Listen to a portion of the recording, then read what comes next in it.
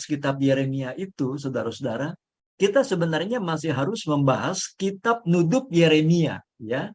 Nah, karena itu maka kita akan coba membahas dulu, ya, kitab berikutnya sesudah kitab Yeremia, ya, yaitu kitab ratapan, ya. Kalau dalam terjemahan lama itu namanya Nudub Yeremia, ya. Ini kitab ratapan, ya.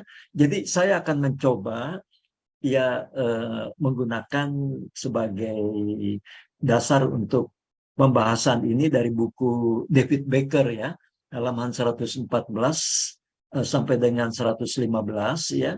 Saya coba tampilkan, saudara-saudara, mudah-mudahan saudara masih bisa untuk melihatnya, ya.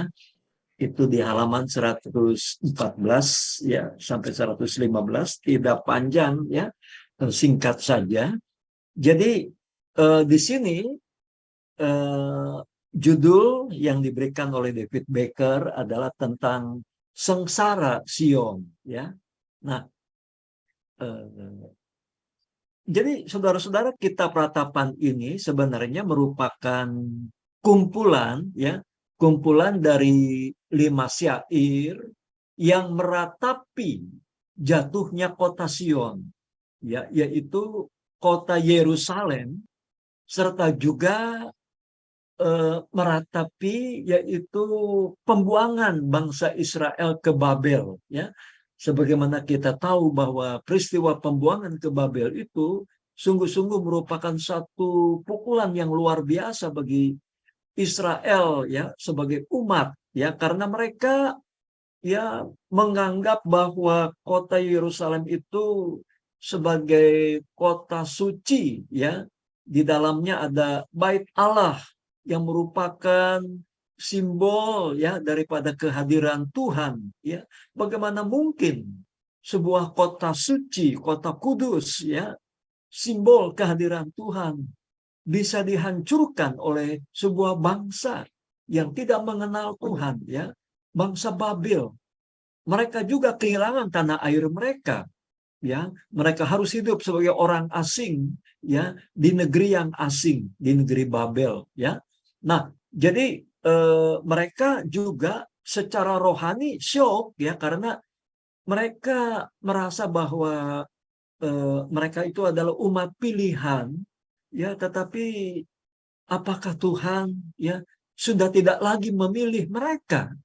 Jadi ini betul-betul merupakan satu lembaran yang paling gelap di dalam sejarah bangsa Israel. Nah, kitab ratapan ini, ya, merupakan kumpulan 5 syair yang meratapi jatuhnya kota Sion tadi, ya, serta pembuangan bangsa Israel ke Babel. Jadi mengapa Allah yang Maha Pengasih mengizinkan sengsara yang demikian itu bisa terjadi? Jadi itulah pertanyaan yang muncul di dalam hati si penyair, ya, di sini. Nah, jadi saudara-saudara, memang tidak jelas, ya, para pakar belum punya kesepakatan siapa yang mengarang kitab Yeremia ini, kitab ratapan ini, ya. Nah, apakah Allah telah meninggalkan umatnya? Tidak, ya. Malapetaka itu terjadi sebagai hukuman atas dosa Israel, ya. Dan si penyair pun menyesal karena mereka tidak bertobat sebelumnya. Jadi kalau kota suci Yerusalem, kalau bait Allah sampai dihancurkan, bukan karena dewa Babel itu lebih kuat dari Yahweh, lebih powerful, bukan. Tapi karena kesalahan, karena dosa daripada umat sendiri.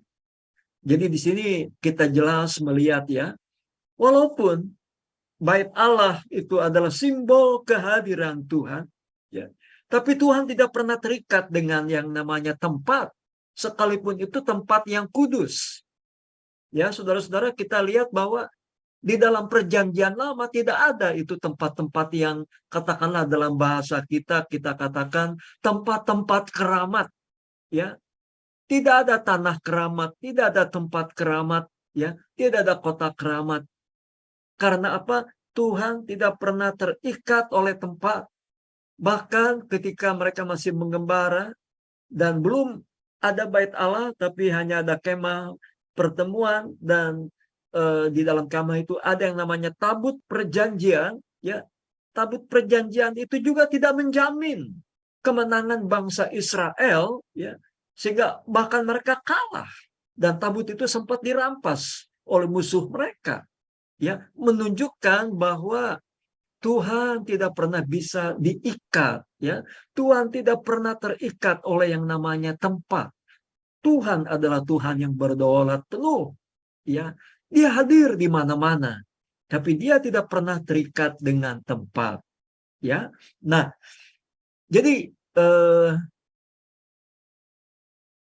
itulah sebenarnya pertanyaan yang muncul dalam hati penyairnya, apakah Allah telah meninggalkan umat?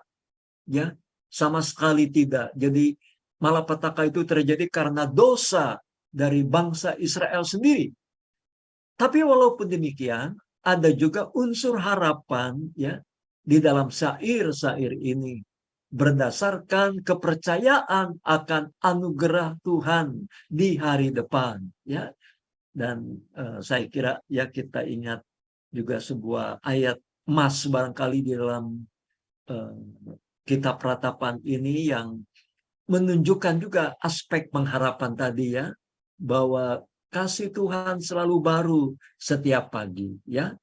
Nah, jadi tujuan hukuman tersebut bukan untuk menghancurkan, melainkan supaya umat bertobat, ya.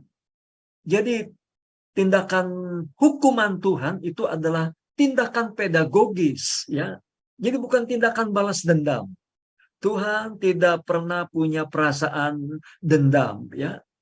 Jadi hukuman itu adalah sebagai tindakan pedagogis untuk mendidik, untuk mendisiplinkan umat itu sendiri, ya. Jadi pisau yang digunakan Tuhan itu bukan pisau seorang tukang jagal, tapi pisau seorang ahli bedah. Jadi seorang ahli bedah, dokter yang membedah pasiennya, ya, pisau itu digunakan untuk memulihkan, untuk menyembuhkan penyakit yang diidap oleh pasien, ya. Jadi harus dilakukan pembedahan, harus dilakukan operasi, dan tujuannya adalah untuk penyembuhan, untuk pemulihan. Jadi begitulah juga pisau hukuman Tuhan itu adalah untuk memulihkan, ya, kehidupan umat, ya. Jadi tujuan hukuman tersebut bukan untuk menghancurkan, tapi supaya umat bertobat, ya. Nah, menurut suatu tradisi kuno, Yeremia lah pengarang kitab Ratapan, tapi kebenaran tradisi ini tidak dapat diverifikasi atau tidak dapat dibuktikan, ya. Jadi bukti-bukti internal, bukti-bukti eksternal juga tidak belum dapat menunjukkan, ya, bahwa Yeremia adalah sebagai penulisnya. Syair-syair ini jelas dikarang tidak lama setelah jatuhnya kota Yerusalem, yaitu sekitar 587 sebelum Masehi, ya. Mungkin oleh seorang saksi mata dari peristiwa itu. Jadi dia menyaksikan peristiwa itu, lantas kemudian ditulislah yaitu kitab Ratapan ini. Nah, walaupun kita tidak mengetahui, ya, siapa pengarangnya, kitab yang singkat ini sangat cocok sebagai sambungan dari berita Nabi Yeremia yang bernubuat tentang sengsara Sion dan umatnya itu. Syair-syair ini masih dipakai oleh orang Yahudi hingga sekarang ini, ya, pada setiap bulan Juli dalam upacara memperingati perusakan rumah Allah. Nah, bentuk kelima syair ini, ya, ini juga penting untuk kita ketahui, disebut akrostik, ya. Apa maksudnya? Jadi artinya huruf awal tiap-tiap barisnya itu merupakan abjad Ibrani secara berurutan. Jadi tentu saja kita baru bisa melihatnya, mengetahuinya dengan lebih jelas kalau kita membaca Alkitab dalam bahasa Ibraninya, ya. Jadi itu yang disebut dengan akrostik. Jadi huruf awal tiap-tiap baris merupakan abjad Ibrani yang disusun secara berurutan. Jadi perhatikanlah bahwa setiap pasal itu terdiri atas 22 ayat, ya, sesuai dengan ke-22 huruf abjad Ibrani, ya. Kecuali pasal 3 yang terdiri atas 66 ayat, ya. Nah, 66 ayat itu kan perkalian dari 3 kali 22 kan, ya. Nah, sebenarnya huruf-huruf awal dalam pasal terakhir itu tidak sesuai dengan urutan abjad. Tetapi pasal itu juga terdiri atas 22 ayat. Tujuan daripada bentuk akrostik ini apa? Nah, tujuannya adalah untuk menguraikan sesuatu dengan lengkap. Kan abjad juga, ya, itu lengkap, ya, ada 22. Ya. Nah, akrostik yang 7 kali lipat dalam kitab Ratapan, ya, bertujuan untuk menguraikan sengsara Sion secara lengkap dan sempurna. Yaitu maksudnya. Nah, Mazmur 119 dan Amsal 31 ayat 10 sampai 31 merupakan contoh sanjak akrostik yang lain di dalam Perjanjian Lama. Jadi ini sebagai informasi yang penting juga buat kita.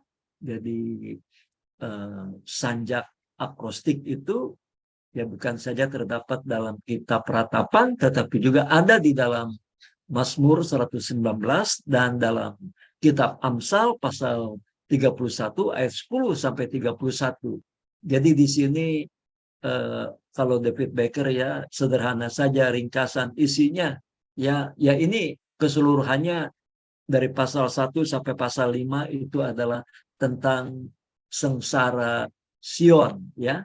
Nah, saudara-saudara, kemudian setelah kita membahas, ya, kitab Ratapan, ya, jadi kita kemarin sudah membahas yaitu kitab Nahum, ya, dan kemudian juga kitab Habakuk, ya.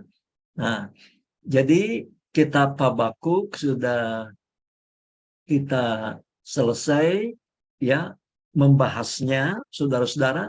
Maka kita sekarang akan mencoba untuk melihat kitab Yehezkiel, ya. Nah, Yehezkiel itu adalah seorang imam yang turut dibuang ke Babel. Jadi dia seorang imam yang ikut dibuang ke Babel pada tahun 597 sebelum Masehi. Jadi berarti pada waktu peristiwa pembuangan yang pertama, ya, di mana dia kemudian mendapat panggilan sebagai nabi, ya. Jadi Yehezkiel itu imam tapi juga sebagai seorang nabi, ya. Nah, di tanah pembuangan tersebut Nabi Yehezkiel memberitahukan bahwa kota Yerusalem dengan bait Allahnya akan dihancurkan Tuhan sebagai akibat dari dosa umat sendiri, ya. Itu pasal 1 sampai pasal yang ke-24. Nah, di dalam hal ini Yehezkiel tidak saja berbicara tentang dosa umat secara kolektif, dosa umat secara bersama-sama, ya, tapi juga dosa umat secara pribadi, individu atau orang perseorangan, di mana tiap-tiap orang, ya, ini yang ditekankan dalam kitab Yehezkiel, harus bertanggung jawab terhadap dosanya sendiri, ya. Itu yang dinyatakan dalam Yehezkiel pasal yang ketiga ayat 16 sampai 21. Namun di pihak lain, Nabi Yehezkiel juga memberitakan suatu penghiburan kepada umat, ya, itu pasal 33 sampai 48, di mana Tuhan sebagai gembala Israel akan mengumpulkan kembali domba-dombanya, yaitu umat Israel yang telah tercerai-berai tadi, ya, akibat daripada peristiwa pembuangan itu. Yaitu yang disampaikan di dalam pasal 34 ayat 11 sampai 16, ya. Tuhan akan mengumpulkan kembali domba-dombanya, ya. Nah, ini satu peristiwa yang seolah-olah ini terus, ya, terulang dalam sejarah, ya. Kita melihat nanti bagaimana, ya, bangsa Israel, ya, setelah mereka mengalami peristiwa pembuangan, dibuang ke Babel, akhirnya Tuhan bisa mengumpulkan mereka kembali, ya, di tanah Palestina, ya. Dikatakan Tuhan membuat jalan di padang gurun, kata Nabi Yesaya, ya. Jadi bangsa Israel yang dibuang di Babel, mereka bisa keluar dari Babel, ya, dan kembali menduduki tanah Kanaan, tanah air mereka. Nah, ini yang disebut dengan peristiwa Eksodus yang baru, keluaran yang baru. Peristiwa keluaran yang lama, kita tahu bangsa Israel keluar dari Mesir, ya. Nah, Eksodus yang baru, mereka bukan keluar dari Mesir ke Palestina, ke Kanaan, tapi mereka keluar dari Babel menuju ke tanah Palestina, ke tanah Kanaan, tanah air mereka. Ketika dalam Eksodus yang lama, bangsa Israel itu harus, ya, menyeberangi Laut Kolsom, di mana laut itu terbelah menjadi dua. Ya, Tuhan membuat jalan di laut. Tapi dalam Eksodus yang baru, saudara-saudara, Tuhan tidak membuat jalan di laut. Kenapa? Karena antara Babel dengan Kanaan tidak ada laut. Ya. Yang ada adalah padang gurun. Jadi dikatakan oleh Yesaya, Tuhan akan membuat jalan di padang gurun. Ya. Nah, jadi itu terjadi, ya. Artinya bagaimana Tuhan mengumpulkan kembali domba-dombanya. Tapi ini, saudara-saudara, sebenarnya masih mengandung makna eskatologis. Ya, artinya ini sebenarnya merupakan nubuat juga yang sepenuhnya nanti akan digenapi di zaman eskatologis, di masa yang akan datang, yaitu ketika Yesus datang kembali ke dunia ini untuk yang kedua kali. Ya, di mana pada waktu itulah bangsa Israel itu mereka, ya, secara serempak mereka mengakui bahwa Yesus Kristus itu adalah Mesias. Selama ini sampai detik ini mereka menyangkal, ya, Yesus itu bukan Mesias. Ya, tapi satu saat nanti mereka akan melihat dengan mata kepala mereka sendiri bahwa Yesuslah sesungguhnya Mesias itu. Kenapa? Karena mereka akan melihat kerajaan damai, ya, yang mereka idam-idamkan selama ini. Mereka mengatakan bahwa, ya, sekarang ini, ya, Mesias masih belum datang. Kalau Mesias datang, dunia ini akan aman, bebas dari kejahatan, bebas dari segala kerusakan, ya, dari segala bencana, musibah, perang, ya, bencana ekologis dan lain-lain, ya. Tapi kenyataannya kan dunia semakin lama semakin bertambah kacau, ya. Jadi mereka katakan Mesias masih belum datang, ya. Jadi saudara-saudara, karena itu mereka tidak bisa percaya bahwa Yesus itu adalah sebagai Mesias, ya. Padahal, ya, ironinya Yesus itu justru datang dari bangsa Israel, ya. Tapi umatnya sendiri, bangsanya sendiri menolak dia, ya. Tapi memang ini rencana Tuhan yang ajaib, ya. Justru dengan penolakan Israel itu tetap rencana Tuhan terlaksana. Rencana Tuhan tidak pernah bisa gagal atau digagalkan oleh siapapun dan oleh apapun, ya. Manusianya boleh gagal, umatnya boleh gagal, tapi Tuhan tidak pernah gagal. Rencananya pasti akan terlaksana. Dan itulah, ya, yang kita saksikan bagaimana akhirnya, ya, seluruh dunia mengakui Yesus itu adalah sebagai Mesias, sebagai juru selamat, ya. Nah, kenapa kalender yang kita gunakan ini kan kalender Masehi, ya. Nah, ini kan menarik juga, ya. Kan ada kalender kalender Cina, ada kalender Islam, ya. Ada kalender macam-macam lagi, ya. Saudara bisa klik di Google nanti. Tapi ya seluruh dunia kalendernya sama.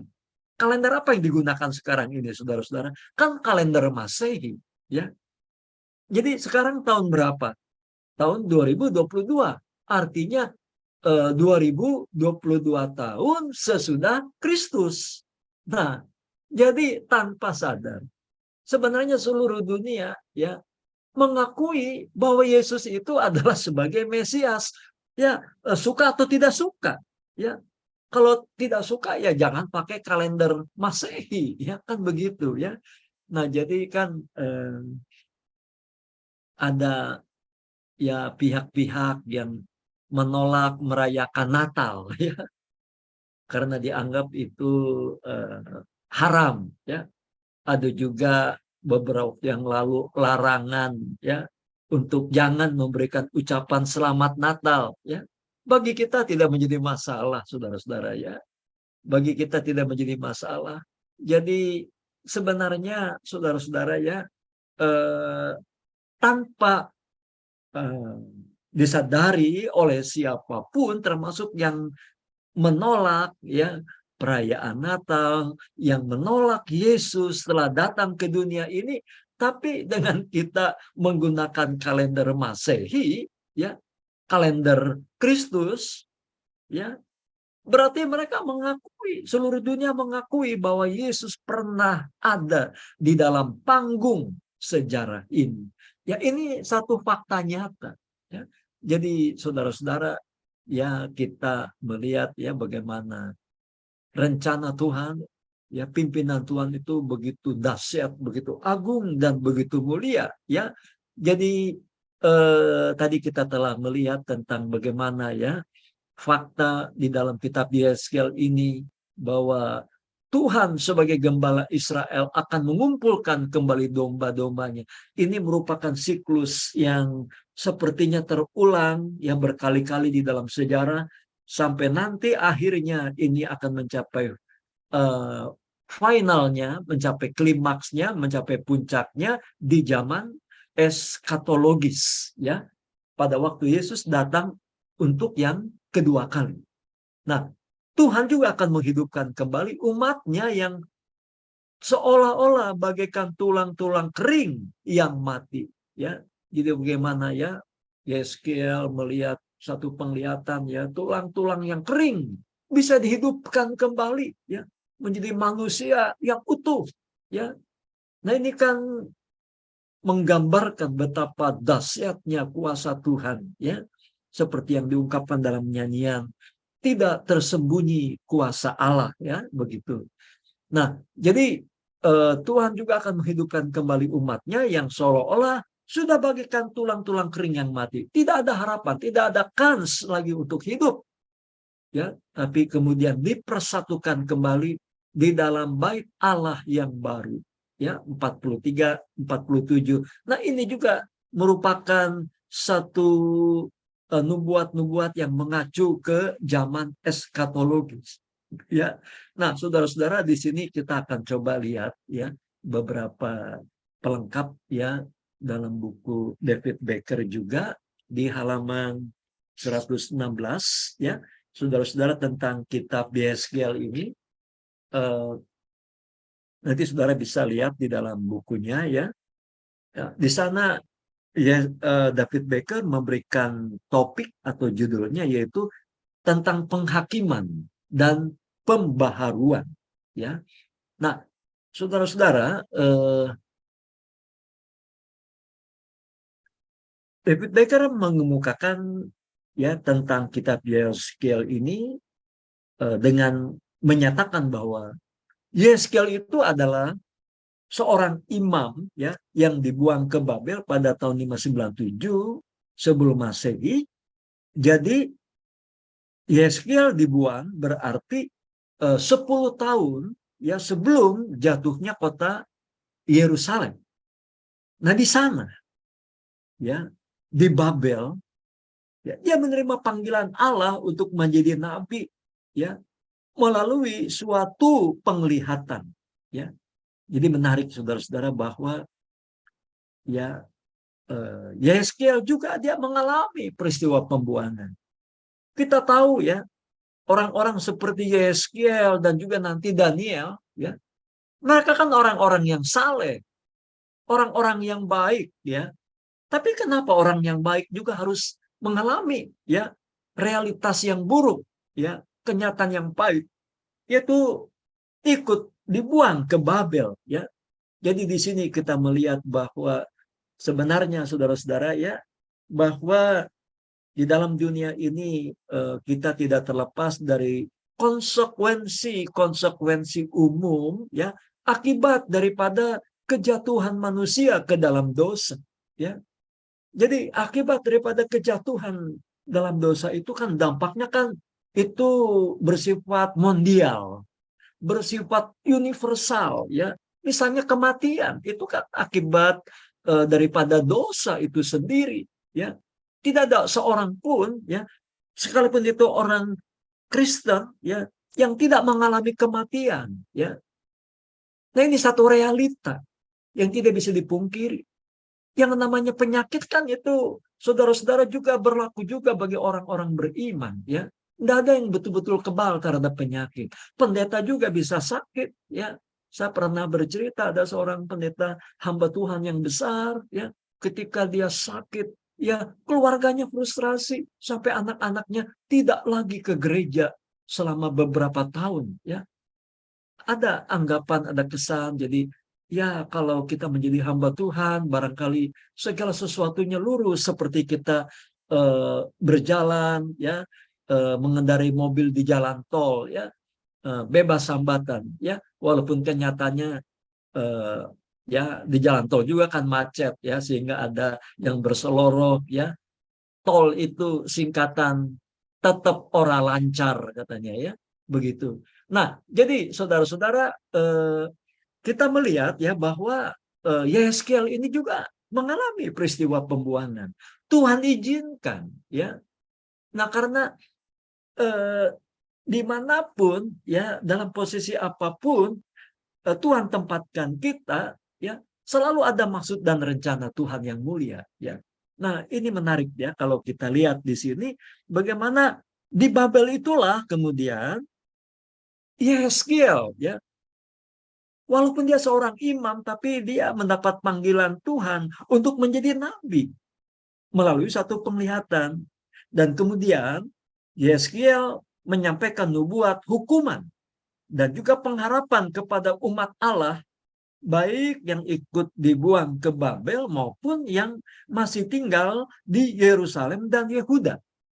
Ya, banyak dari nubuat Yeskiel itu disampaikan dalam bentuk lambang. Nah ini menarik ya, kalau kita membaca kitab Yeskiel, ya kita agak mungkin sedikit juga aneh membacanya karena seringkali Nabi Yeskiel ini ya dalam menyampaikan nubuatnya melakukan yaitu tindakan-tindakan apa simbolis ya menggunakan alat-alat peraga ya.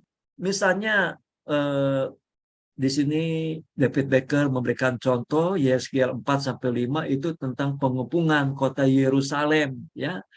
Nah, jadi kadang-kadang juga ada semacam cara penyampaian nubuat ya yang sepertinya itu mirip-mirip kayak semacam model teatrikal ya barangkali kan kalau orang demo ya kalau orang demo kan sering juga ya menggunakan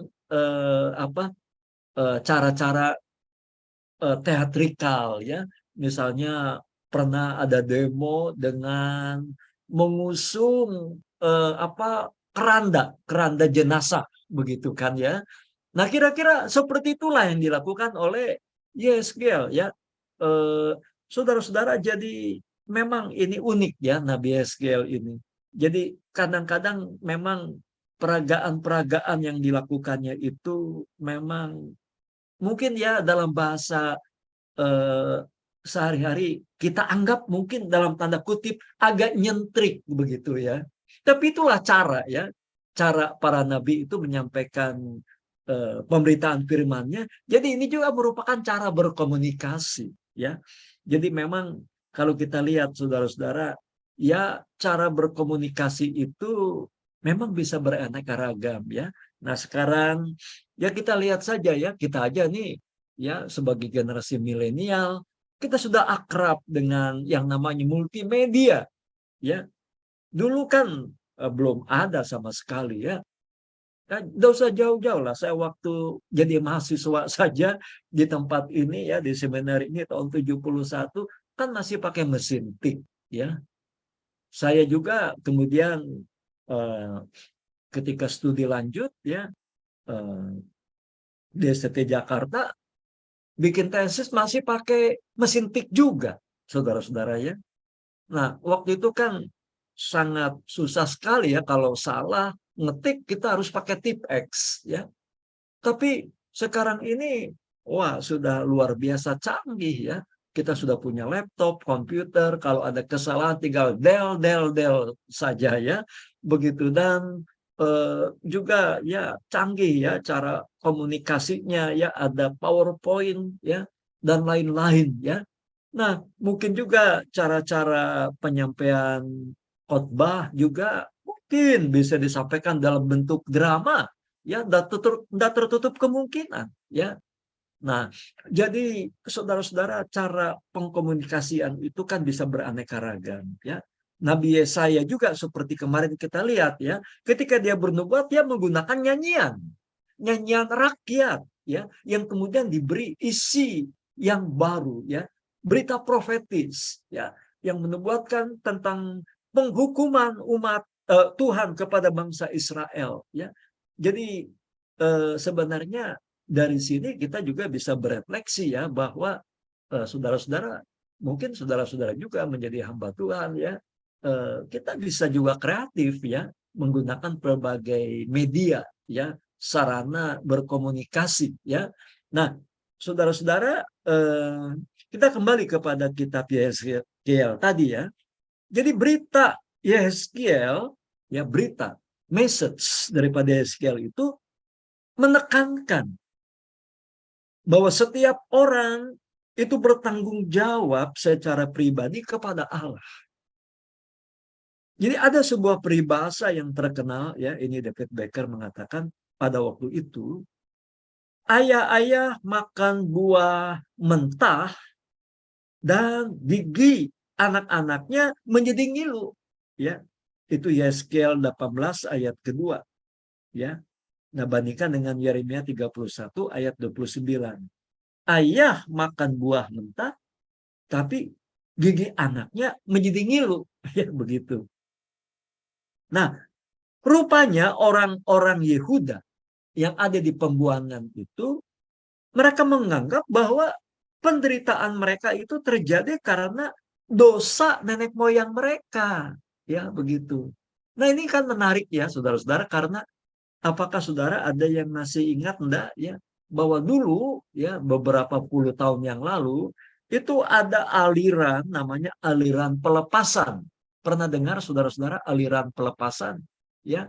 Nah, jadi dalam aliran pelepasan itu kan seorang misalnya yang dikonseling ya, dia punya masalah, punya pergumulan, nanti dikorek-korek ya, ditanya ya, sebenarnya ingat enggak ya, coba ingat-ingat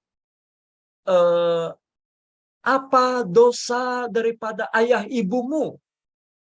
Kemudian ditanya lagi, apa dosa dari kakek dan nenekmu? Terus ya, diurut. Jadi ada anggapan bahwa eh, segala hal yang terjadi yang buruk atas diri orang itu akibat daripada dosa nenek moyang. Ya, jadi dosa nenek moyang itulah yang harus ya dihapus. Nah, caranya kan agak ekstrim juga ya. Jadi itu dalam prakteknya nggak tahu bagaimana ya perut daripada si konseli itu dipegang-pegang sedemikian rupa sampai muntah, ya. Jadi dalam aliran pelepasan itu cirinya adalah orang itu harus muntah. Jadi muntah itu pertanda bahwa dosanya sudah keluar begitu ya, sudah diampuni. Nah, jadi kita bisa mencoba untuk membandingkan dengan apa yang kita lihat sekarang dalam kitab Yeskiel. Jadi bangsa Israel juga sempat punya anggapan bahwa peristiwa-peristiwa buruk yang mereka hadapi itu akibat kesalahan daripada dosa nenek moyang mereka, ya. Nah, bagaimana kira-kira menurut saudara, ya? Apakah benar demikian? Ya, mungkin kalau menurut saya sendiri tidak sepenuhnya benar, ya, saudara-saudara. Sambil contoh begini ya, saudara-saudara. Nah, kenapa misalnya ya? Kenapa ya kita menghadapi situasi seperti yang sekarang ini, ya? Kita menghadapi situasi di mana radikalisme ya sudah begitu merajalela di mana-mana. Bahkan kampus-kampus di perguruan tinggi negeri juga sudah terpapar oleh benih-benih radikalisme. Kenapa? Nah, ini ya akibat juga daripada kesalahan yang tentunya ya dilakukan oleh pemimpin-pemimpin di masa yang lalu yang sengaja membiarkan benih itu tumbuh. Ya, saya masih ingat betul ya, saudara-saudara, pada tahun sekitar 89-an ya, hampir ya tiap sore itu dikumandangkan dakwah ya yang intinya anti Kristen, anti Cina, anti Barat, ya. Itu mungkin sekitar 30 sampai 35 tahunan yang lalu, ya. Nah, sekarang benih itu tumbuh, berbuah. Nah, itulah yang kita lihat sekarang, radikalisme, ya. Bahkan ya itu juga termasuk ke dalam perguruan tinggi, ya. Dosen-dosen. Nah, dosen-dosen di perguruan, tidak semua tentu ya, saudara-saudara. Beberapa dosen di perguruan tinggi yang mungkin tahun 90 itu masih remaja, ya, masih pemuda. Nah, sekarang mereka mengajarkan itu kepada mahasiswanya. Jadi, kenapa itu bisa terjadi? Apa yang terjadi sekarang tidak bisa dipisahkan, dilepaskan dari apa yang diputuskan dahulu oleh pemimpin-pemimpin terdahulu, ya. Nah, jadi dampaknya sekarang inilah kita rasakan. Ya, oleh karena itu kita bersyukur bahwa pemerintahan yang sekarang ini dengan tegas ya mencoba untuk menghentikan ya proses penyebaran daripada benih radikalisme itu, ya. Nah, ini adalah dampak. Nah, bisa dipisahkan daripada apa yang telah dibuat oleh para pemimpin yang terdahulu.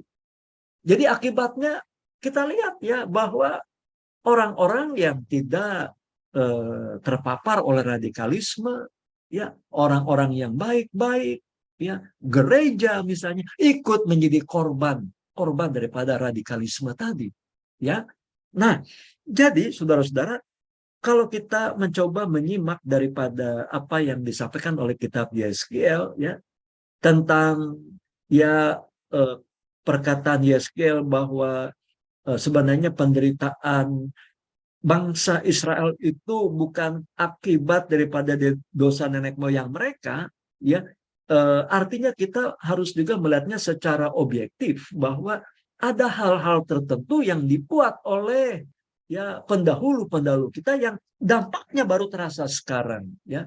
Karena itu, ya, kalau saudara juga menjadi seorang pemimpin, ya, ingatlah bahwa keputusan yang saudara buat hari ini itu akan punya dampak untuk nanti generasi-generasi selanjutnya.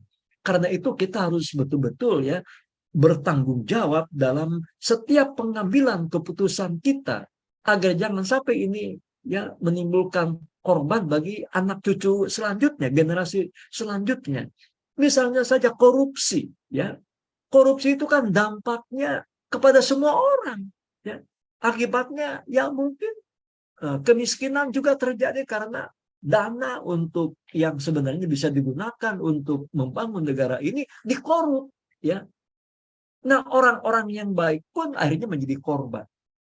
Ya, itu di satu sisi. Tapi, nah ini juga penting, ya, dan ini yang mau ditekankan dalam kitab Yeskel, bahwa setiap orang itu juga harus bertanggung jawab atas dosanya sendiri. Jadi kita tidak boleh lempar kesalahan, ya, kepada mungkin yang dulu-dulu, ya, kepada orang-orang yang di zaman dulu.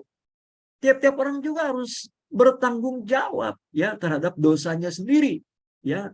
Nah, jadi itu sebabnya David Baker mengatakan tentu ada unsur kebenaran dalam peribahasa tersebut, ya.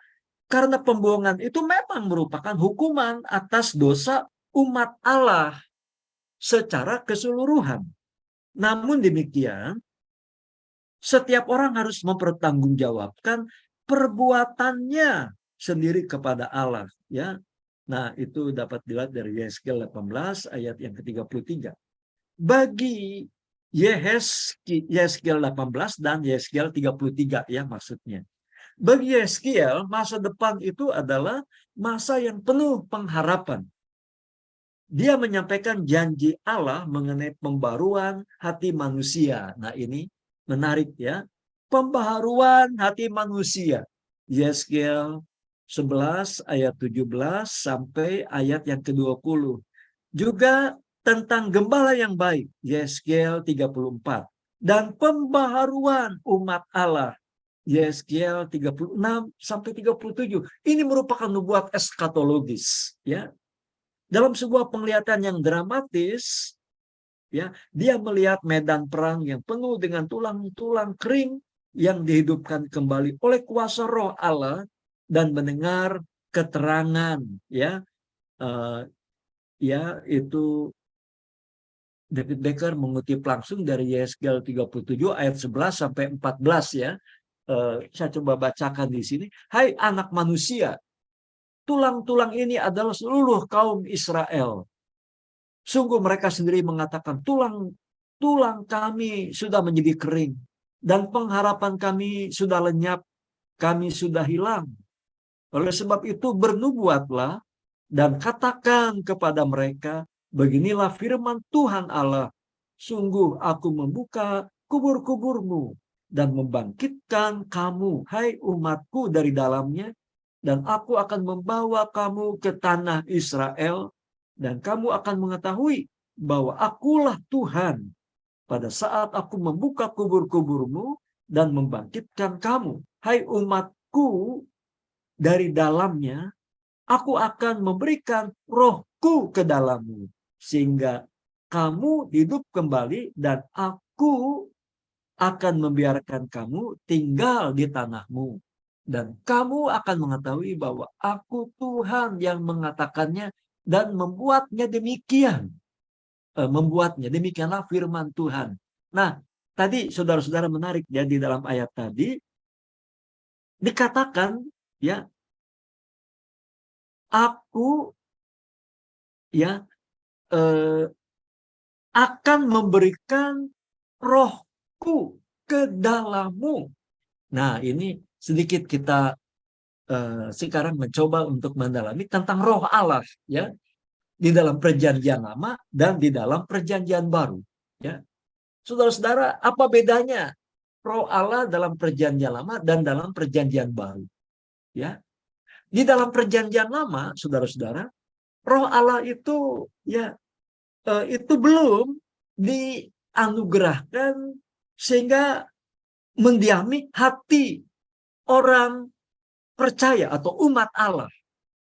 Roh Allah ada dalam perjanjian lama, tapi roh Allah itu artinya dikaruniakan secara terbatas kepada orang-orang tertentu, misalnya para hakim atau para nabi, ya, sehingga mereka bisa melaksanakan pekerjaan mereka karena kuasa daripada roh Allah itu tadi. Tapi roh Allah dalam perjanjian lama itu belum, ya, mendiami hati umat, hati orang beriman. Nah, itulah yang dinubuatkan oleh nabi-nabi di dalam perjanjian lama, antara lain oleh Nabi Yehezkiel ini, bahwa satu saat ya Tuhan akan mengaruniakan rohnya tinggal di dalam hati umat. Nah, kapan itu terjadi, saudara-saudara? Roh Allah itu berdiam dalam hati umat. Dalam peristiwa apa, saudara-saudara, dalam perjanjian baru hal itu terjadi? Ada yang bisa jawab? Roh Allah dikaruniakan ya kepada umat yang percaya ya dan berdiam dalam hati, mendiami hati umat ya, sehingga karena roh Allah diam di dalam hati orang yang percaya, maka orang percaya itu ya disebut sebagai rumah Roh Kudus ya, sebagai bait Allah. Nah, itu dalam peristiwa apa ya terjadi?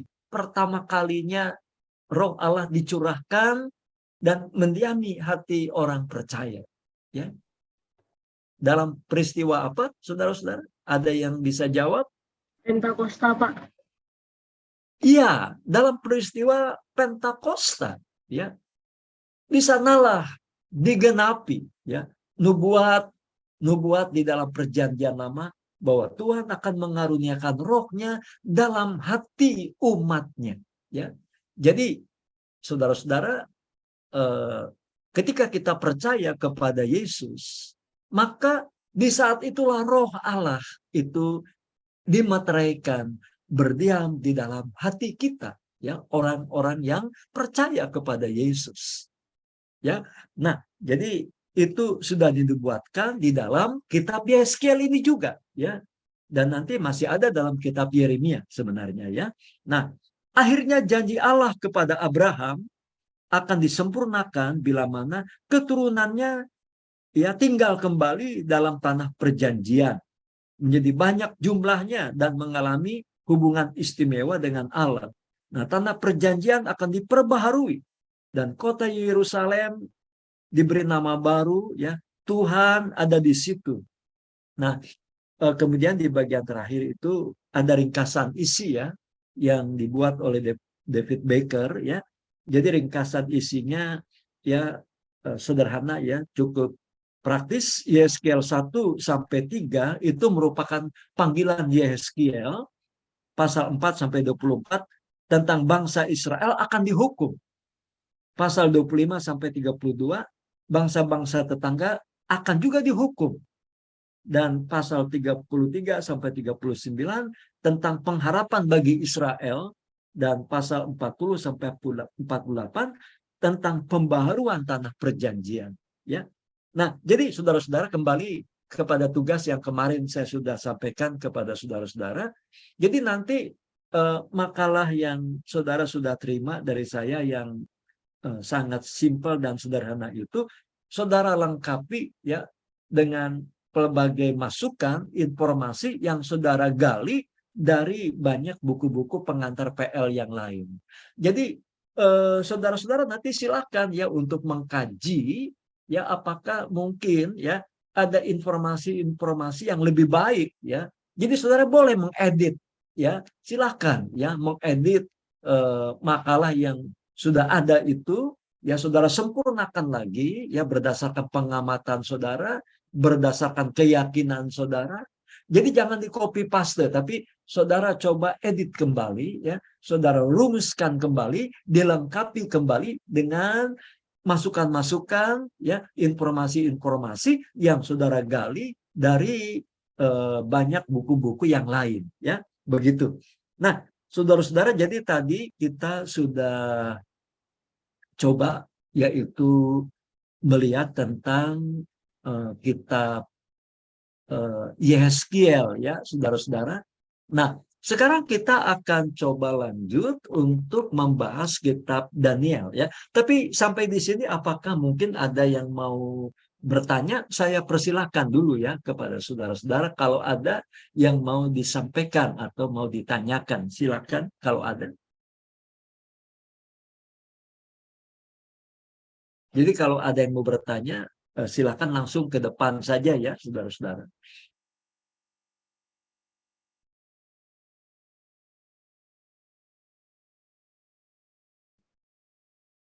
Baiklah, kalau tidak ada, kita akan coba untuk melanjutkan sekarang, yaitu kitab Daniel ya. Nah, ini saya juga coba ambil dari buku David Baker ya. Nah, di sini David Baker memberikan judulnya, yaitu Yang Setia Akan Menang ya. Nah, jadi ini hanya sebagai informasi awal saja ya, saudara-saudara, untuk nanti saudara coba sempurnakan, saudara lengkapi lagi. Jadi Daniel itu adalah seorang buangan dari Yehuda, ya, sama seperti Yehezkiel juga ya, yang hidup di Babel pada abad ke-6 sebelum Masehi. Meskipun demikian, kitabnya itu kemungkinan disusun agak lama sesudah itu, yaitu pada zaman Makabe, kurang lebih itu abad kedua sebelum Masehi.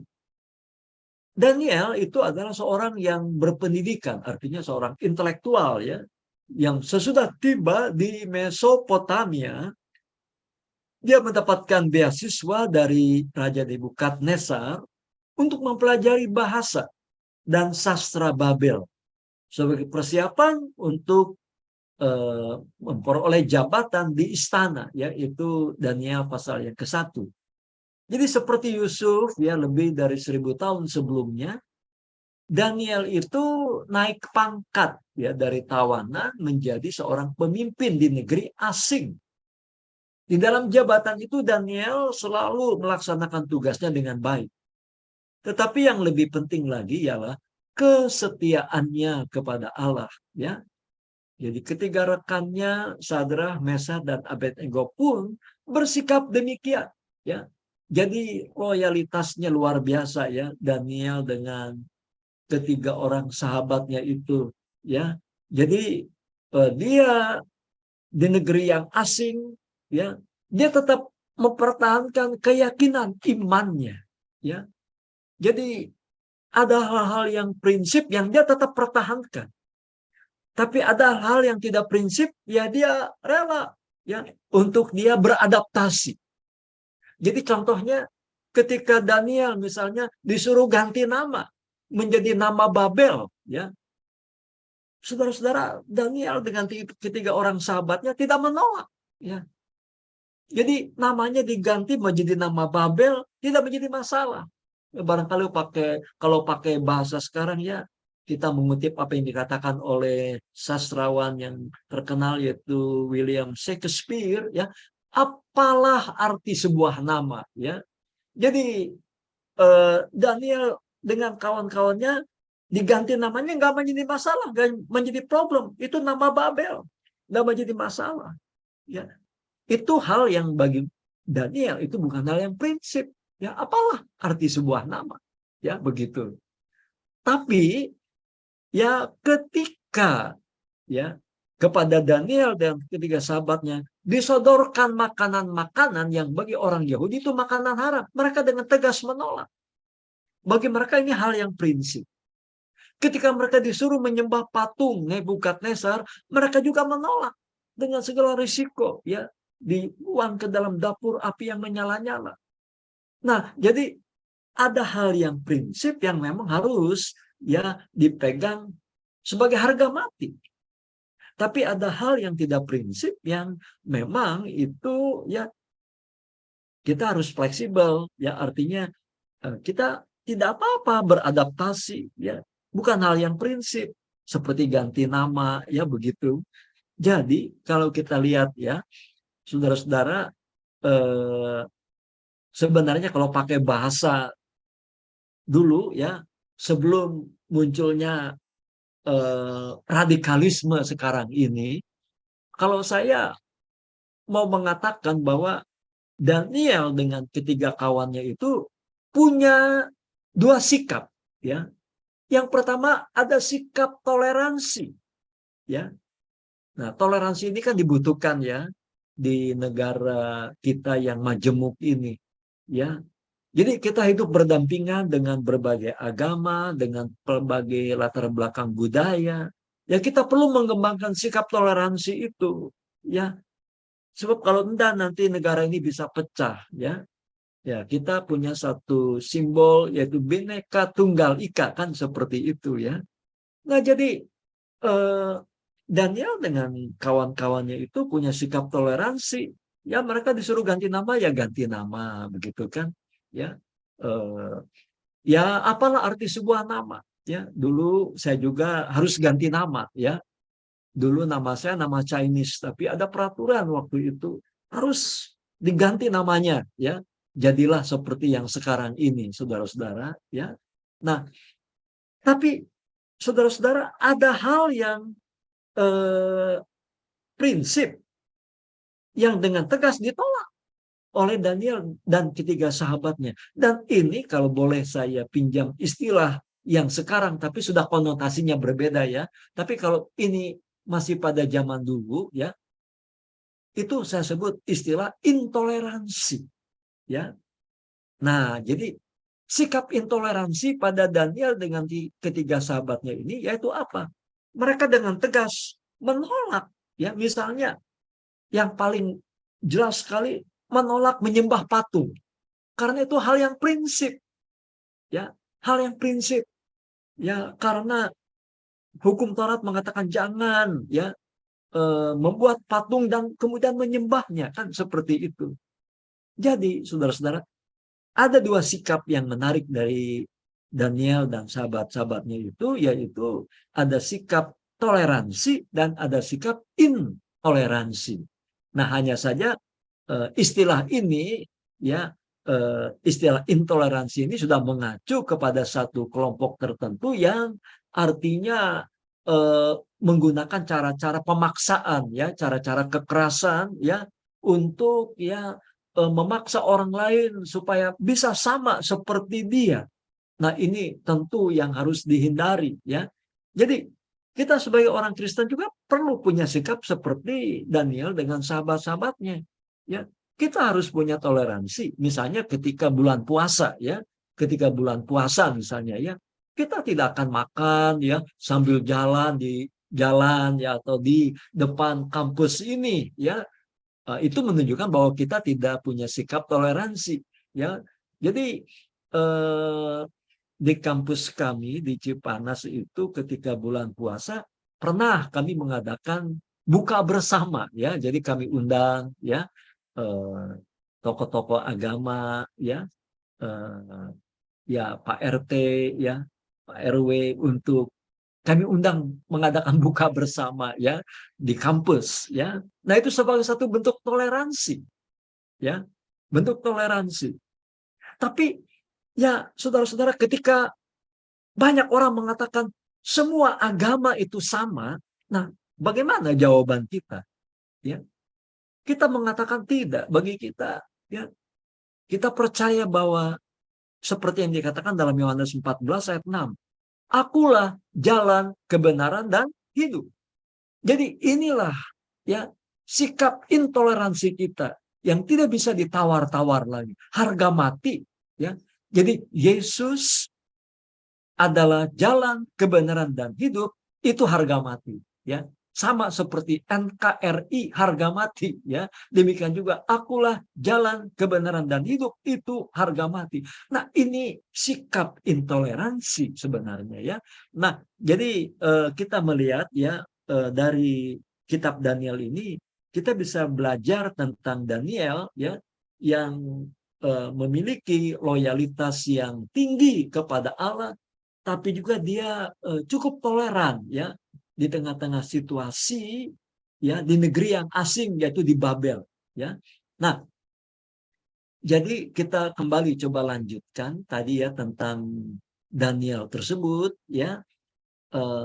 Dia, ya, kita takjub dengan kesetiaannya kepada Allah, ya. Sama juga dengan ketiga rekannya Sadrak, Mesak, dan Abednego. Nah, sebenarnya Daniel itu adalah seorang pegawai yang setia kepada Allah di negeri asing. Dia bukan nabi, ya, tetapi dia pernah mendapat beberapa penglihatan, dan karena itu kitab Daniel digolongkan sebagai kitab nubuat, ya, itu alasannya. di dalam Alkitab disebut sebagai kitab nubuat, ya, berdasarkan kanon Yunani. Sedangkan dalam kanon Ibrani, kitab Daniel itu diletakkan dalam golongan kitab-kitab atau ketubim, ya. Penglihatan-penglihatan tersebut melukiskan kebangkitan dan keruntuhan beberapa kerajaan, ya. Nah, jadi saudara-saudara, ini perlu nanti menarik ya untuk didalami, ya, terutama Daniel 7 dan seterusnya. Itu sebenarnya menunjukkan ya nubuat-nubuat untuk masa yang akan datang, ya. Jadi penglihatan tersebut melukiskan kebangkitan dan keruntuhan beberapa kerajaan dan memberi harapan tentang kemenangan umat Allah pada akhir zaman, ya. Di dalam kitab Daniel kita menemukan nubuat mengenai kebangkitan orang mati yang paling jelas dalam Perjanjian Lama, ya. Nah, ini ayatnya, ya. Pasal 12 ayat yang kedua. Banyak di antara mereka yang sudah mati akan hidup lagi. Sebagian akan menikmati hidup yang kekal, dan sebagian lagi akan mengalami kebinasaan dan kengerian yang kekal juga. Jadi tema tentang kebangkitan orang mati, gagasan tentang kebangkitan orang mati sudah ada juga dalam Perjanjian Lama, itu dalam kitab Daniel. Dan kebangkitan orang mati atau kebangkitan daging ini adalah merupakan salah satu butir pengakuan dalam 12 pengakuan iman rasuli, ya. Dan inilah pengharapan kita sebagai gereja Tuhan, bahwa keselamatan itu bukan hanya rohani kita saja, tapi juga tubuh kita, ya, akan diselamatkan, ya, sehingga nanti, ya, walaupun karena kematian terjadi perceraian antara tubuh dengan jiwa atau roh, di mana tubuh itu kembali kepada tanah dan roh atau jiwa itu kembali kepada Tuhan. Tapi nanti pada saat Yesus datang yang kedua kali, ya, akan ada kebangkitan daging, kebangkitan tubuh. Yang pertama yang dibangkitkan, kata Rasul Paulus dalam suratnya kepada jemaat Tesalonika, yaitu orang yang mati. Itu yang akan lebih dahulu dibangkitkan. Baru kemudian orang yang hidup, ya, yang akan diubahkan seketika, ya, sehingga memiliki tubuh kebangkitan, ya, tubuh yang dimuliakan. Nah, orang yang mati dibangkitkan, berarti, ya, tubuh yang tadinya terpisah dengan roh dan jiwa dipersatukan kembali, ya, dibangkitkan, ya. Nah, ini yang ditandaskan oleh Rasul Paulus. Jadi inilah juga salah satu pengharapan kita, ya, untuk masa depan, ya. Jadi nanti akan ada reuni kembali dengan kekasih-kekasih yang telah mendahului kita, ya, karena akan ada kebangkitan secara tubuh. Nah, saudara-saudara, jadi mengenai ringkasan isinya kitab Daniel ini, David Baker mencoba membuat ringkasannya atas pasal 1 sampai pasal 6. Itu riwayat Daniel dan ketiga rekannya. Kemudian Daniel 7 sampai 12 itu tentang penglihatan-penglihatan. Jadi ini menarik saudara-saudara untuk didalami, ya, karena ini menyangkut juga ini nubuat-nubuat eskatologis, ya, tentang akhir zaman, ya. Nah, kita tidak mungkin membicarakan tentang nubuat apa penglihatan-penglihatan ini, ya, itu nanti masuk wilayah kepada eksegese atau kepada soal penafsiran. Tapi saudara bisa klik di Google, ya, banyak informasi-informasi yang bisa kita peroleh dari pembahasan tentang Daniel 7 sampai dengan Daniel pasal yang ke-12, ya, mengingat bahwa kita ini sedang berada di akhir zaman di mana Yesus, ya, akan segera datang kembali, dan menarik dan penting untuk kita juga mendalami tentang penglihatan-penglihatan di dalam kitab Daniel. Walaupun, ya, ini bukan hal yang begitu mudah, ya, saudara-saudara. Nah, jadi saudara-saudara, di bagian akhir daripada buku David Baker ini ada satu latihan, ya. Ini judulnya menguraikan kitab nubuat. Nah, berita para nabi itu berasal dari Tuhan Allah dan berakar di dalam sejarah manusia. Oleh karena itu, pemahaman kitab-kitab nubuat tidak dapat dilepaskan dari maksud dan rencana Allah atau dari situasi sejarah umatnya. Dalam menguraikan kitab nubuat, perlu diperhatikan beberapa hal, ya, antara lain ya pengalaman Nabi sendiri. Yang kedua, keadaan pada masa Nabi, ya. Misalnya peristiwa sejarah apa yang penting yang terjadi saat itu. Ya, cara hidup manusia dan persoalan-persoalan yang dihadapinya. Yang ketiga, pesan Allah melalui nabi itu kepada manusia dalam keadaan tersebut, ya, dalam situasi tersebut. Kemudian bahasa nubuat yang sering mengandung lambang dan kiasan, sehingga perlu daya hayal untuk mengartikannya dengan sebaik-baiknya.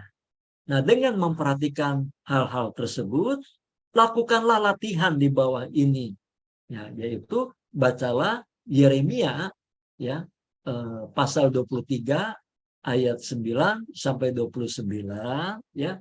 Coba daftarkan, ya, kesalahan-kesalahan para nabi palsu dan hal-hal yang harus diperbuat oleh nabi benar, ya.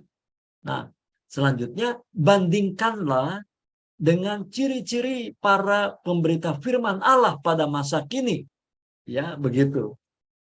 Yang kedua, B, uraikanlah Yesdiel pasal 2 ayat 8 sampai 3 ayat 11, yaitu yakni sebagian penglihatan Yeskiel sewaktu dia dipanggil menjadi nabi, ya. Kemudian buatlah garis besar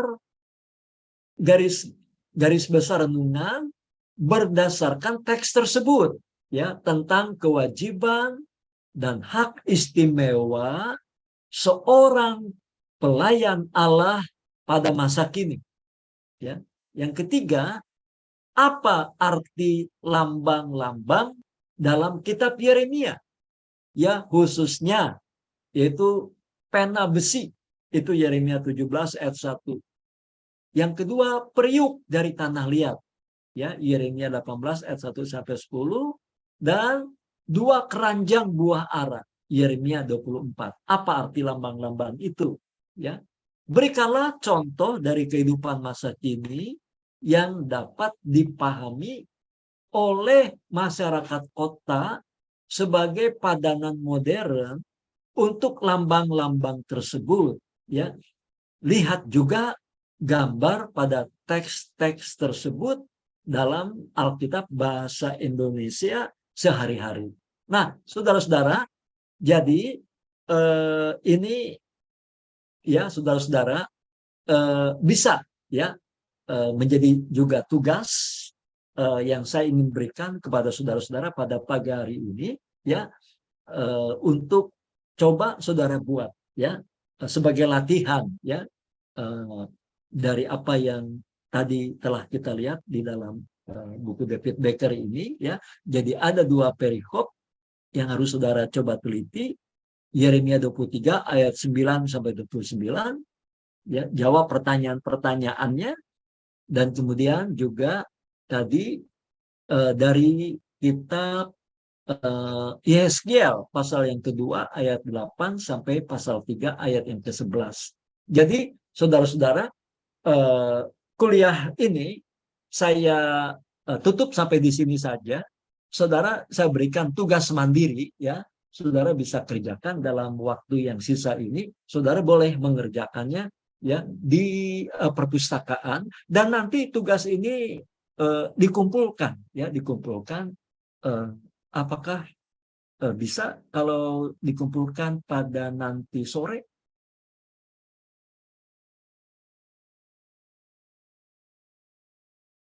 Jam 6 begitu, saudara-saudara? Sampai malam, ya, boleh. Sampai malam, ya. diberi kebebasan sampai malam. Ya pokoknya nanti tugasnya ya itu dibuat dalam bentuk Microsoft Word, jangan dalam bentuk PDF. Ya nanti seperti biasa dikirimkan dulu kepada Gebi, ketua kelas. Nanti baru ya Gebi akan mengemailkannya kepada saya. Ya, nah jadi saudara-saudara ini tugas yang saudara bisa lakukan sebagai tugas mandiri ya untuk melanjutkan waktu yang tersisa ini. Jadi saudara boleh tentunya harus membaca juga buku-buku, termasuk buku-buku tafsir barangkali ya. Silakan saudara eh, mengadakan research di perpustakaan. Nah, sebelum nanti kita berpisah, saya coba eh, absen dulu. Tapi mungkin ada pertanyaan, saudara-saudara. Saya persilahkan ya kalau ada masukan atau ada pertanyaan, termasuk juga utamanya pertanyaan yang menyangkut eh, tadi ya kitab-kitab yang telah kita coba bahas, kita pelajari, yaitu kitab Ratapan dan kemudian juga kitab Yeskiel dan kitab Daniel. Jadi 3 kitab sudah kita coba selesaikan ya pada pagi hari ini. Kalau ada pertanyaan silakan boleh. Sementara saya akan cek lagi ya. Oh ya, ada pertanyaan. Silakan. Iya, dari siapa? Oh, Yafet. Ya. Bagaimana Yafet? Oh ya, pertanyaannya bagaimana Yafet?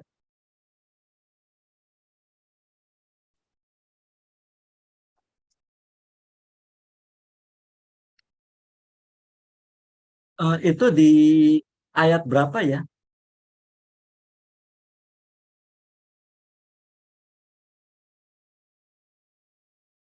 Iya, terus di Perjanjian Baru tadi Lukas pasal.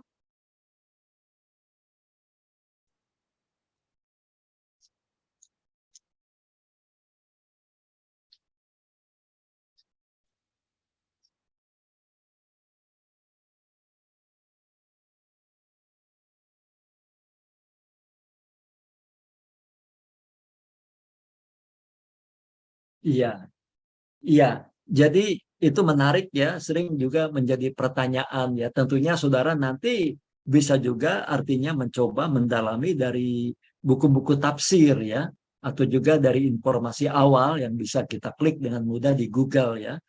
Tapi tentang dosa yang eh, Lukas 12 ayat 10 tadi ya, setiap orang yang mengatakan sesuatu melawan anak manusia, ia akan diampuni. Tetapi barang siapa menghujat Roh Kudus, ia tidak akan diampuni. Apa artinya menghujat Roh Kudus? Mungkin itu dulu ya, yang perlu clear, perlu jelas ya. Jadi di sini, saudara-saudara ya, kita bisa mencoba untuk menjelaskannya dengan melihat ya peranan daripada Roh Kudus itu apa sebenarnya ya.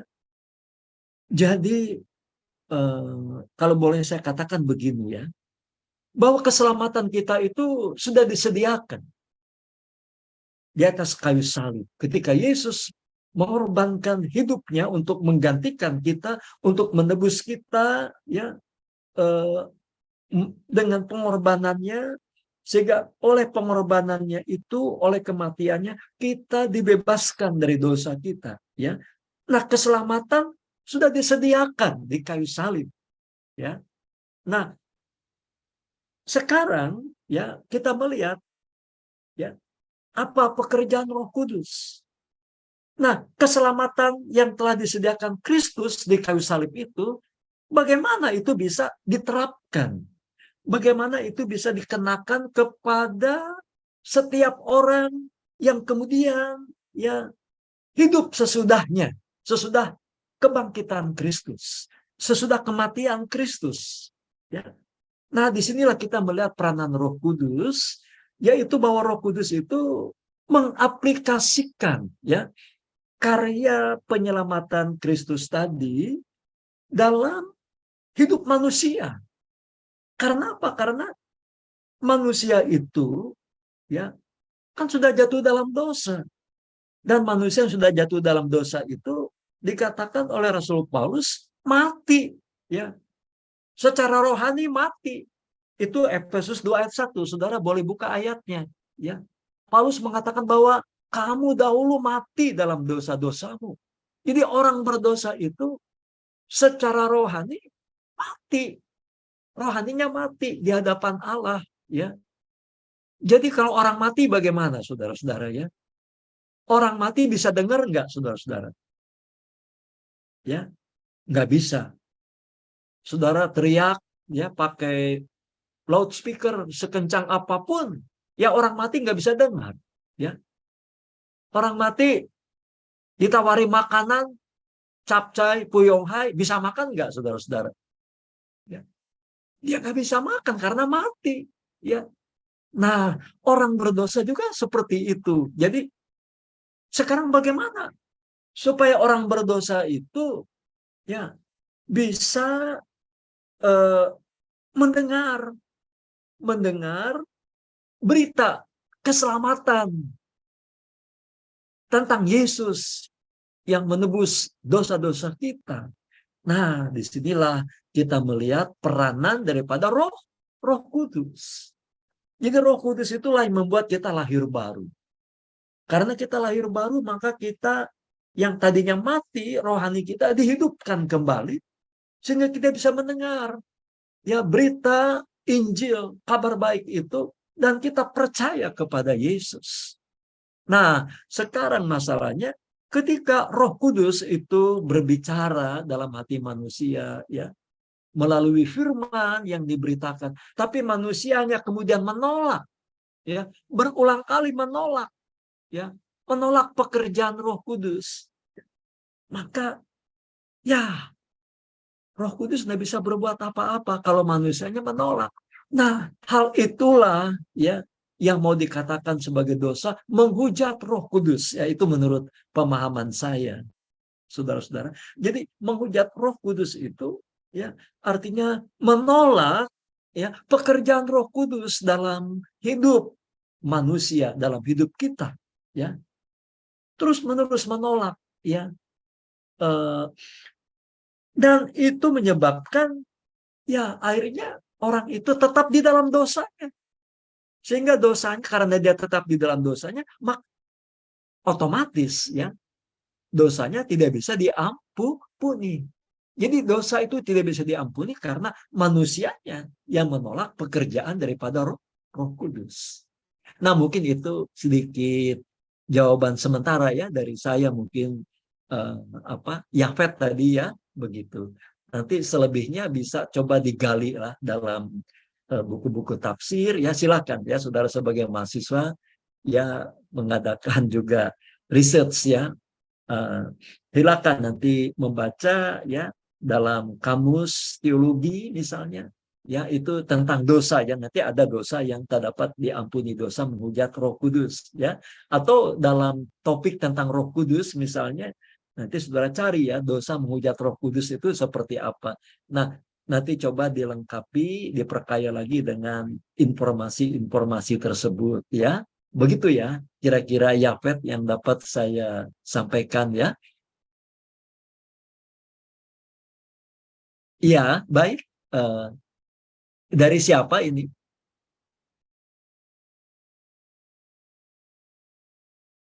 Oh ya, baik, baik. Boleh di apa? Biar Oh, itu ini kan tadi ada di. Oh iya, iya, betul. Nanti saya akan kirimkan ulang, ya. Saya akan kirimkan ulang materinya. Jadi saudara-saudara, nanti akan saya update lagi materi yang sebelumnya sudah saya sampaikan kepada saudara-saudara. baik Pak. Kan tempo hari itu kita sudah membahas kitab Yesaya, ya. Nah, itu ada beberapa ayat dalam kitab Yesaya yang saya update, ya. Nanti makanya akan saya kirimkan, ya. Nah, sekarang nanti setelah selesai kita kuliah, saya langsung akan kirimkan, ya, kepada Gaby dulu, ya. Nanti Gaby akan sharekan kepada yang lain, ya. Baik, ada lagi pertanyaan saudara-saudara yang lain? Ya, kalau saya kata sudah cukup jelas, tidak ada pertanyaan, ya. Ya, untuk sementara kita akhiri dulu ya pertemuan ini. Mari kita akan tundukkan kepala, kita berdoa ya.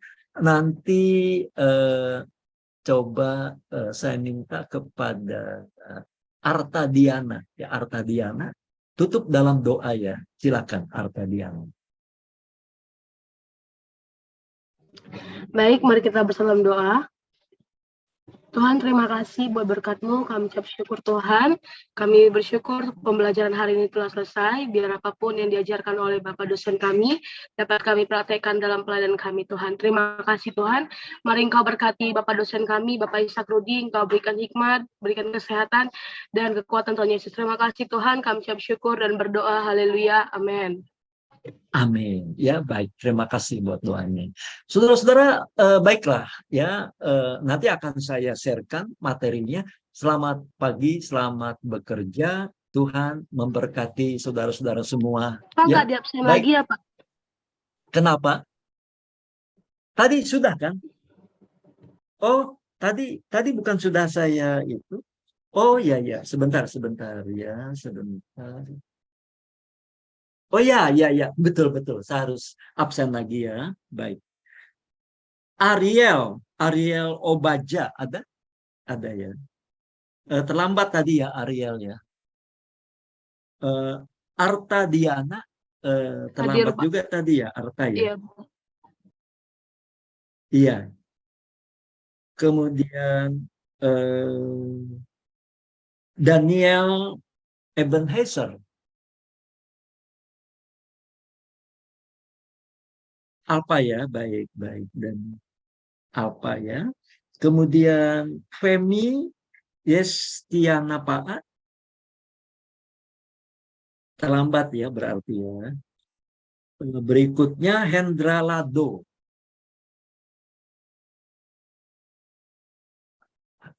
Hendra Lado nggak ada ya. Hadir ya, berarti terlambat ya.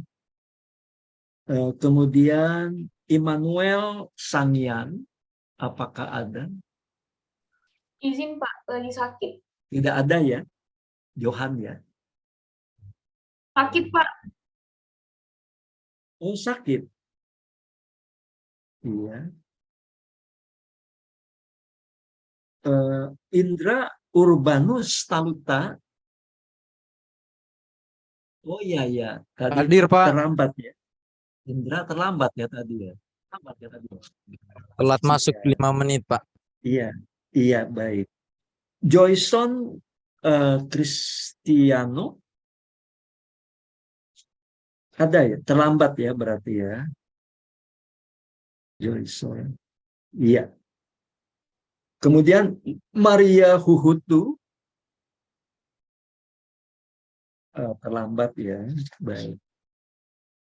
Selanjutnya Nathanael Budi Dharma Terlambat, Pak. terlambat ya. Ada ya Nathan. Ya. Oh ya ya, baik baik baik. Berikutnya Oksana Rangan. Terlambat Pak. Oksana, iya terlambat ya tadi ya. Berikutnya Ruben, ada ya Ruben? Iya, baik. Ya, sudah semua saya kira ya, saudara-saudara. Baik, ya baik ya Johan dan saudara-saudara. Selamat pagi, selamat bekerja. Tuhan memberkati ya, saudara-saudara semua. Ya, sampai jumpa lagi minggu depan ya. Ya, sama-sama Tuhan memberkati juga ya, Johan.